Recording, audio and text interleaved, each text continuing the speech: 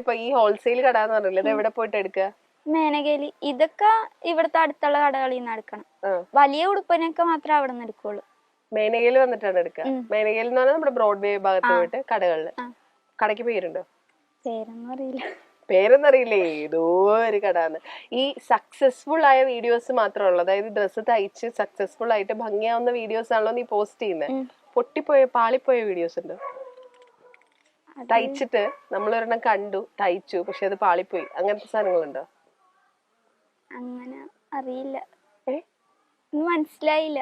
നമ്മളെ ഇപ്പൊ ഡ്രസ്സ് നീ ഒരെണ്ണം കണ്ടു, ഫോട്ടോ കണ്ടു, അപ്പോ പ്രിയ കണ്ടിട്ട് അത് ഇഷ്ടപ്പെട്ടു, അത് ചെയ്തു, അപ്പൊ അത് വിചാരിച്ച പോലെ തന്നെ വരുന്നതാണല്ലോ നമ്മൾ പോസ്റ്റ് ചെയ്യുന്നത് ഇൻസ്റ്റാഗ്രാമില്. ഇപ്പൊ ചില സാധനങ്ങൾ ഇപ്പൊ നമ്മൾ ചില ഇന്റർവ്യൂസ് നമ്മൾ എടുക്കുമ്പോൾ പൊട്ടിപ്പോവും. അതുപോലെ ചില ഡ്രസ്സുകൾ നമ്മൾ തയ്ച്ചിട്ട് അത് കറക്റ്റ് ആവാണ്ട് വരില്ലേ, അങ്ങനെ വന്ന് പാളിപ്പോയ സാധനങ്ങൾ ഉണ്ടാവില്ലേ? മനസ്സിലായോ? അങ്ങനെ ചെയ്തിട്ട് തെറ്റിപ്പോയ ഡ്രസ് ഉണ്ട്, അത് വീഡിയോ ഇട്ടില്ല. ആണോ? അപ്പൊ അതിന് കാശ് പോയില്ലേ? അപ്പൊ ഇതിനൊക്കെ എവിടെ കാശ് കിട്ടുക? ഇപ്പൊ അച്ഛനാണത്? ഇല്ല, ആദ്യത്തെ ഡ്രസ്സിനുള്ള അച്ഛൻ തന്നു, പിന്നെ ഞാനിങ്ങനെ തയ്ച്ചു കൊടുത്തിട്ട് ആ പൈസ കൂട്ടിച്ചിട്ട് പോയി എടുക്കും. ഈ തയ്ച്ചു കൊടുക്കാന്ന് പറഞ്ഞാൽ ഇപ്പൊ നമ്മള് നോർമലി എല്ലാ തയ്യൽക്കാരും ചെയ്യുന്ന പോലെ തയ്ക്കോ, അതോ ഈ ഡിസൈനർ ക്ലോത്ത്സ് മാത്രമേ ചെയ്യുള്ളൂ? രണ്ടും ചെയ്യുന്നുണ്ട്. രണ്ടും ചെയ്യൂ. എന്നിട്ട് ഏതാണ്ട് ക്ലാസ്സിൽ പോകുന്നില്ല എന്നൊക്കെ പറയുമ്പോ ഏതാണ്ട് എത്ര രൂപയുടെ പണി കുട്ടി ഒരു മാസം എടുക്കുന്നുണ്ട്? അങ്ങനെയൊന്നുമില്ല. അല്ല, ക്ലാസ് പോവാണ്ടെങ്കിൽ ഇരുന്ന് തയ്ക്കുന്നു എന്ന് പറഞ്ഞോണ്ട് ഞാൻ ചോദിച്ചതാ. 5000 രൂപയൊക്കെ കിട്ടായിരിക്കും. അപ്പൊ ഇവിടെയുള്ള ആളുകൾ തന്നെയാണോ തരുന്നത്? ഇപ്പൊ ഇൻസ്റ്റ ത്രൂ ഓർഡേഴ്സ് വന്നിട്ടുണ്ടോ? ഇൻസ്റ്റഗ്രാം ത്രൂ ഓർഡേഴ്സ് വരുമോ? അപ്പൊ എന്താ ചെയ്യാ? കൊറിയർ ചെയ്ത് കൊടുക്കും? ഓൺലൈൻ ബിസിനസ് ആണോ? ഞാൻ കൊണ്ടേ കൊടുക്കും.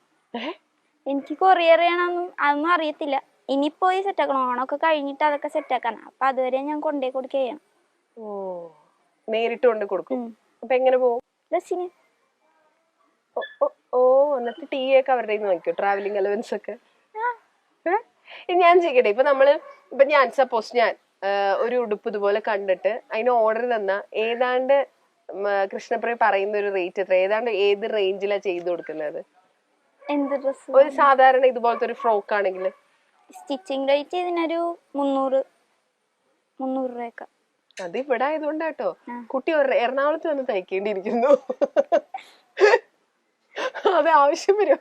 ഇല്ലെങ്കിൽ ഞാൻ ഇങ്ങോട്ട് തന്നുവിടാ സാധനങ്ങൾ. അവിടെ 300 രൂപയ്ക്കൊന്നും ഒരാൾ ഒരു സാധനം തയ്ച്ചു തരില്ല. ഇത് മുമ്പ് 250 രൂപ ചെയ്തോണ്ടിരുന്ന, ഇപ്പൊ തിരി കൂട്ടി. നൈസ്. ഇപ്പൊ ഈ ഉടുപ്പുകൾ തയ്ച്ചിട്ടേ ഓൺലൈൻ കിട്ടുന്ന ഓർഡറുകൾ കൊടുത്തിട്ട് അവര് കമന്റുകൾ പറയുമല്ലോ, അവര് ത്രൂ സജഷൻസ് ഒക്കെ പോയല്ലോ. അപ്പൊ അങ്ങനെ പറഞ്ഞതില് ഭയങ്കര സന്തോഷം തോന്നിയ ഒരു കമന്റ് അല്ലെങ്കിൽ ഒരു കസ്റ്റമർ പറഞ്ഞൊരു റിവ്യൂ എന്തായിരുന്നു? അത് അരൂരുള്ള ഒരു ചേച്ചിക്ക് ചെയ്ത് കൊടുത്തിട്ടുണ്ടായിരുന്നു. അന്ന് ഞാനും ഒരു കുഞ്ഞു കൊച്ചിന്റെ ബർത്ത്ഡേ ഒക്കെ വേണ്ടിട്ട് ചെയ്ത. അപ്പൊ ഞാനും അവിടെ പോയിട്ടുണ്ടായിരുന്നു. ഞാനാ ചെയ്തതെന്ന് അറിയത്തില്ല. അവിടെ എല്ലാരും ഡ്രസ്സ് ഇതാരാ ചെയ്തത്, നല്ല രസമുണ്ടല്ല, എന്നെ കാണിച്ചൊക്കെ കൊടുത്ത്. പിന്നെ വിളിക്കാത്ത ബർത്ത്ഡേ ഫംഗ്ഷൻ പോയതാണ്. കസിന്റെ ചേച്ചിയാ. ഓ, കസിന്റെ ചേച്ചിയാണ്. അപ്പൊ നീ ആയിരുന്നു അറിയില്ലായിരുന്നു? ഇല്ല. അങ്ങനെ അവിടെ എല്ലാരും പറയൊക്കെ ചെയ്ത്. പിന്നെ അവരെന്നെ രാവിലെ വിളിച്ചിട്ട് കൊറേ കാര്യമൊക്കെ പറഞ്ഞു. എല്ലാവർക്കും ഇഷ്ടപ്പെട്ട് എന്നൊക്കെ കൊറേ പറഞ്ഞു.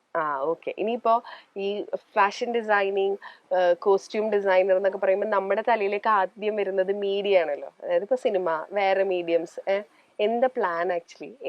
എന്ത് ചെയ്യണം എന്നാണ് അങ്ങനെ ആഗ്രഹം? അതൊന്നും ആലോചിച്ചിട്ടില്ല എന്നാണോ പറയാൻ വരുന്നത്? അല്ലേ? അങ്ങനൊന്നും ആലോചിച്ചിട്ടില്ല. ഈ സെലിബ്രിറ്റീസിനെ കാണുമ്പോണ്ടല്ലോ, സ്റ്റൈലിങ്ങും ഫാഷനും ഒക്കെ ഇഷ്ടമുള്ള ആളാവുമ്പോ സെലിബ്രിറ്റീസിനെ കാണുമ്പോൾ നോക്കുമല്ലോ, ശ്രദ്ധിക്കുമല്ലോ അവരുടെ ഡ്രസ്സൊക്കെ. അങ്ങനെ ഭയങ്കര സ്റ്റൈലിഷ് ആയിട്ട് തോന്നിയിട്ടുള്ള, ഭയങ്കര എന്താ പറയാ, വൺ സ്റ്റൈലിഷ് ലുക്കുള്ള അങ്ങനെ തോന്നിയിട്ടുള്ള ഒരു സെലിബ്രിറ്റി ആരാ? ഒരു ആക്ടറിനെയും ഒരു ആക്ട്രസിനെയും ചോദിച്ചാ നോട്ടീസ് ചെയ്യുന്ന, ഇത് കൊള്ളാലോ, ഇയാള് ഭയങ്കര സെൻസ് ഉള്ള ആളാണല്ലോ എന്ന് തോന്നിയിട്ടുള്ള ഒരു ആക്ടറിനെ ചോദിച്ചാരാ പറയാ? അങ്ങനെയൊന്നും നീ ശ്രദ്ധിച്ചിട്ടില്ലേ? ആക്ട്രസ് പെൺകുട്ടികളെ ശ്രദ്ധിച്ചിട്ടുണ്ടോ? ഇല്ല, ശ്രദ്ധിച്ചിട്ടേ ഇല്ല. Okay, nice. ഒരു സിനിമയ്ക്ക് കോസ്റ്റ്യൂം ചെയ്യാൻ, ഡിസൈനിങ് ചെയ്യാൻ ചാൻസ് കിട്ടുവാണ് എന്ന് വിചാരിക്കുക. അതായത് സപ്പോസ് ഇതുവരെ ഇറങ്ങിയിട്ടുള്ള സിനിമകളിൽ കേട്ടോ, ഒരു സിനിമയ്ക്ക് കോസ്റ്റ്യൂം ചെയ്യാൻ ചാൻസ് കിട്ടുകയാണെങ്കിൽ ഏത് സിനിമയെ സെലക്ട് ചെയ്യുക?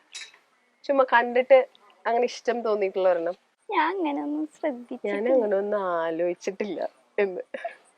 എപ്പോഴും ഫോളോ ചെയ്യുന്ന ഒരു ഫാഷൻ ഡിസൈനർ ഉണ്ടോ? കാരണം നമ്മുടെ ഫീൽഡ് നമ്മൾ ഭാവിയിലേക്കും കാണുന്നത് അതാണല്ലോ. അപ്പൊ അങ്ങനെ ഫോളോ ചെയ്യുന്ന ഒരു ഫാഷൻ ഡിസൈനർ ഉണ്ടോ? ആരാത്? പുള്ളിയുടെ പേരറിയില്ല.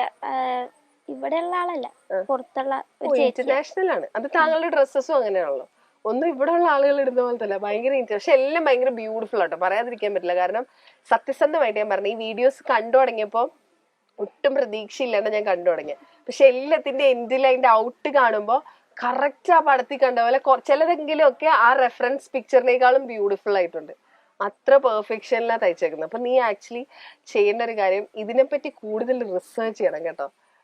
ഭയങ്കരമായിട്ട്. അത് പുറത്തെ കാര്യങ്ങൾ മാത്രമല്ല, ഈ ഫാഷൻ ഡിസൈനേഴ്സിന്റെ വർക്കുകളും നമ്മുടെ സെലിബ്രിറ്റീസിന്റെ സ്റ്റൈലും ഒക്കെ. കാരണം you have that in you. എന്താ പറയാ, നിനക്ക് നിന്റെ ഉള്ളിൽ അതുണ്ട് എന്ന് പറയില്ലേ. ഈ ഡിസൈനറുടെ പേര് പറഞ്ഞില്ല. ബ്രൂണോസ് ക്ലോത്ത്സ് എന്നാ പേര്. Instagram account. ഓക്കെ. അത് എവിടെ നിന്ന് കിട്ടിയോ? കണ്ടുപിടിച്ചെടുത്ത് തപ്പിപ്പിടിച്ചെടുത്ത്? റീൽസ് കണ്ടുകൊണ്ടിരുന്നപ്പോ ഒരു വീഡിയോ വന്നായിരുന്നു, പിന്നെ നോക്കിയപ്പോ എല്ലാം എനിക്ക് ഇഷ്ടപ്പെട്ടു. നമ്മുടെ ഇവിടെയുള്ള കോസ്റ്റ്യൂം ഡിസൈനേഴ്സ്, ഫാഷൻ ഡിസൈനേഴ്സ് ഒന്നും ഫോളോ ചെയ്യാറില്ല? അങ്ങനെ ഒരു ചേച്ചീനെ ചെയ്തിട്ടുണ്ട്, ഫോളോ ചെയ്തിട്ടുണ്ടാന്നറിയില്ല. പുള്ളിയുടെ വീഡിയോസും കാണാറുണ്ട്.